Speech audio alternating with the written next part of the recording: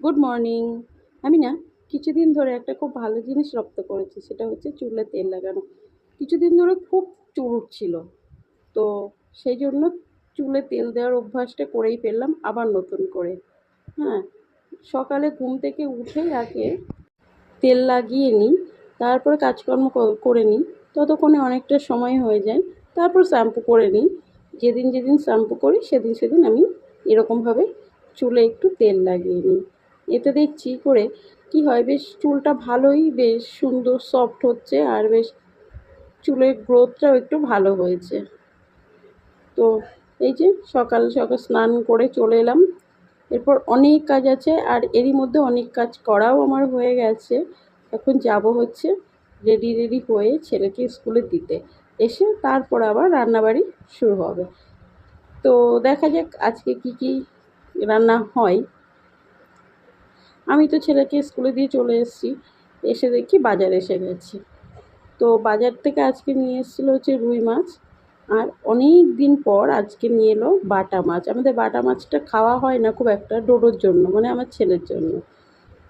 তো আজকে আর বাটা মাছটা করব না, ভেবেছি এই রুই মাছটাই রান্না করব, একটু আলু দিয়ে পেঁয়াজ দিয়ে ঝোল করব। আর এই যে রুই মাছের যে তেলটা ছিল না, ওটা দিয়ে উচ্ছে চচ্চড়ি করেছি। আমার তো ভীষণ ভালো লাগে।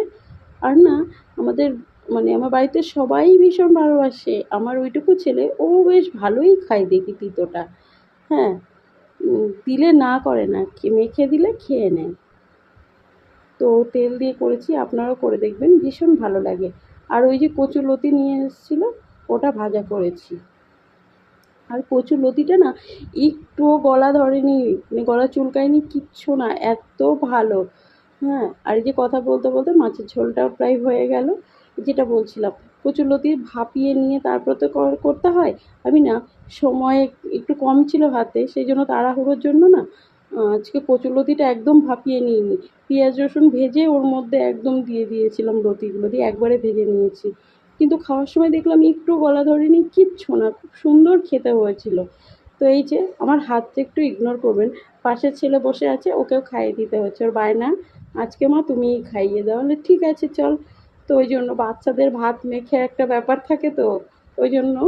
আর এই যে বাটা মাছ ওকে প্রথমে দিতে চাইনি, ও বলছে আমি খাবো, যেহেতু বাটা মাছে খুব কাটা থাকে। তো বললাম ভাজা আমি খাবো, তুমি দাও। তো সেটাই বলছে। আমি জিজ্ঞেস করলাম কেমন লাগছে, বলছে ভালো হয়েছে। আর এই দেখুন উচ্ছে চচ্চড়ি দিয়ে ভাত খাচ্ছে। তো আজকের ভিডিওটা এই পর্যন্ত, টাটা।